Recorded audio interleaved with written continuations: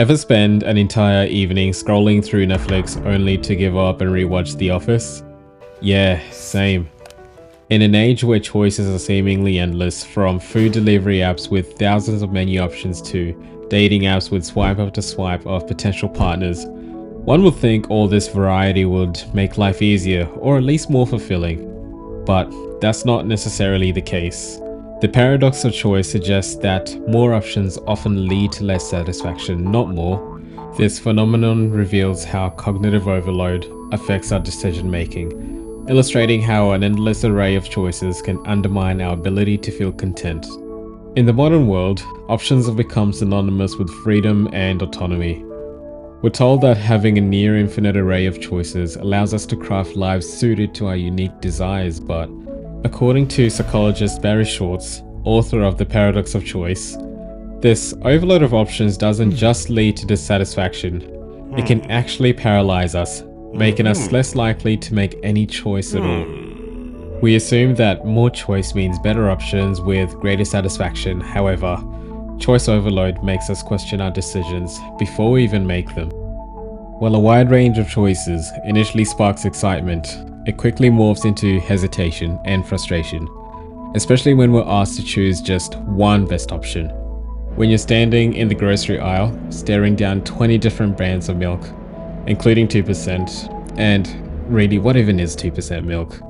This sensory overload often leads to analysis paralysis, a mental shutdown where making a decision feels overwhelming. Psychologically speaking, having fewer choices can increase happiness and contentment, even if that goes against common logic. When presented with fewer options, we make faster decisions, and we're more likely to be satisfied with the choice afterward. Choosing one product out of a limited set leaves us feeling content. But when faced with hundreds, we second guess ourselves.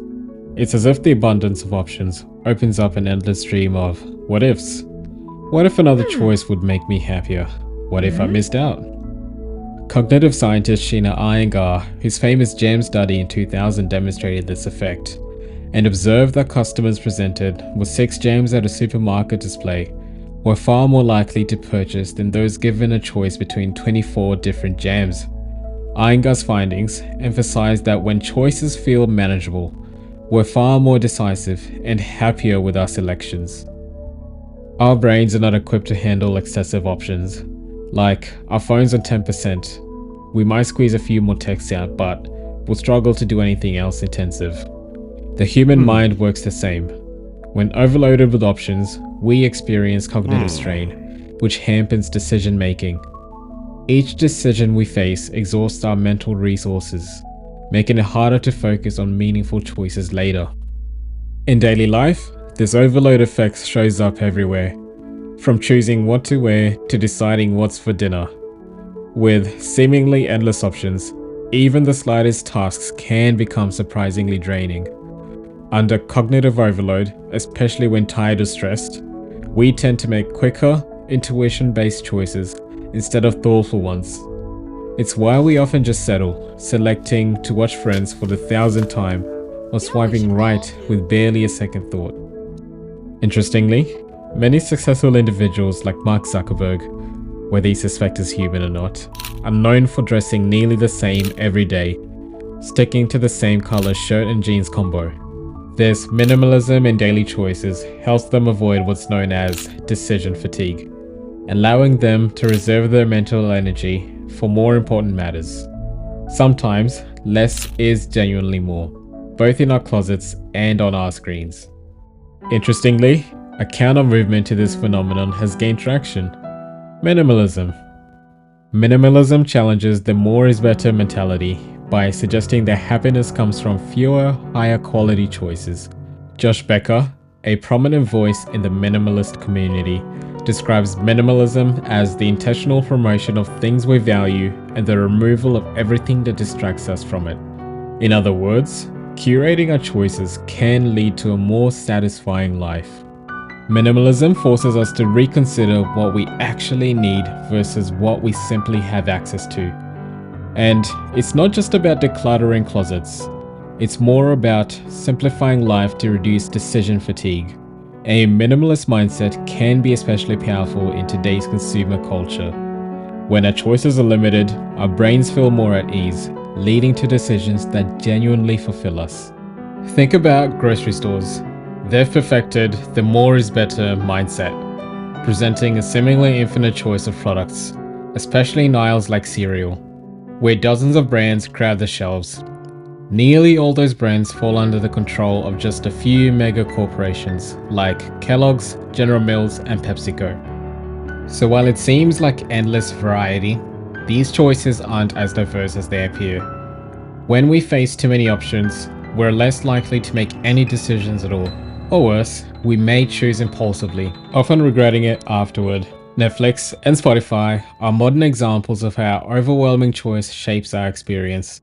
You open Netflix to relax, but instead, 20 minutes pass as you scroll through the endless library, only to end up watching something familiar. This paradox of choice leads to choice fatigue, a phenomenon where too many options push us towards safe, comfortable choices instead of anything new and interesting. While algorithms attempt to help by suggesting shows or songs, they often just add another layer of complexity, creating the impression that more choices mean more freedom, when in reality, it's just another hurdle in deciding what we actually want. In the digital age, the so-called freedom of choice comes with hidden costs. We now curate our lives online, but that doesn't necessarily lead to satisfaction. On dating apps, for example, the abundance of matches can lead to a grass is always greener mentality. A match today feels replaceable by a better match tomorrow, where connections are often viewed as disposable. Studies in computers in human behavior suggest that this endless pool of options may make people feel less willing to commit to any one relationship or decision, which can lead to a culture of disposability. On a broader level, the effects of limitless choices has become even more pronounced through social media, where platforms expose us to an endless carousel of idealized possibilities, from exotic travel spots to flawless career moves.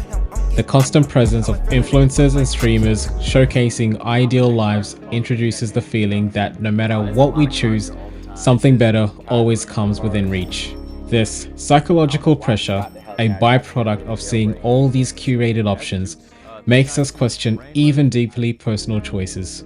Did we pick the right path, job, partner, or way to spend our time? Streaming services amplify this effect. Platforms like Twitch and YouTube bombard us with niche content and highlight reels of people's lives, creating a choice-driven fear of missing out that extends beyond what show to watch. They foster the impression that with the right choices, we too could live out some dream life or a successful hobby. Ironically, the abundance of choice leaves us feeling like we're always falling short, even though we're free to follow any path we want. The pressure just isn't about what we can do, it's about what we think we should be doing, with the ever-present fear that maybe we're missing out on a more fulfilling version of life. So does having more choices lead to better decisions? Not necessarily. Instead, more choices often lead us down a path of dissatisfaction, endless second-guessing, and mental fatigue. Schwartz's paradox of choice reminds us that the abundance of options may do less to liberate us and more to trap us in cycles of indecision and regret. Maybe the answer lies not in expanding our choices, but in refining them. By practicing intentionality and resisting the lure for more, we might find greater happiness in simplicity, in valuing what we have, and in making peace with our decisions. After all, life isn't about finding the perfect choice, it's about finding satisfaction in the choices we've made. Perhaps happiness isn't just about choosing, but about choosing wisely, fewer, simpler, and with more gratitude.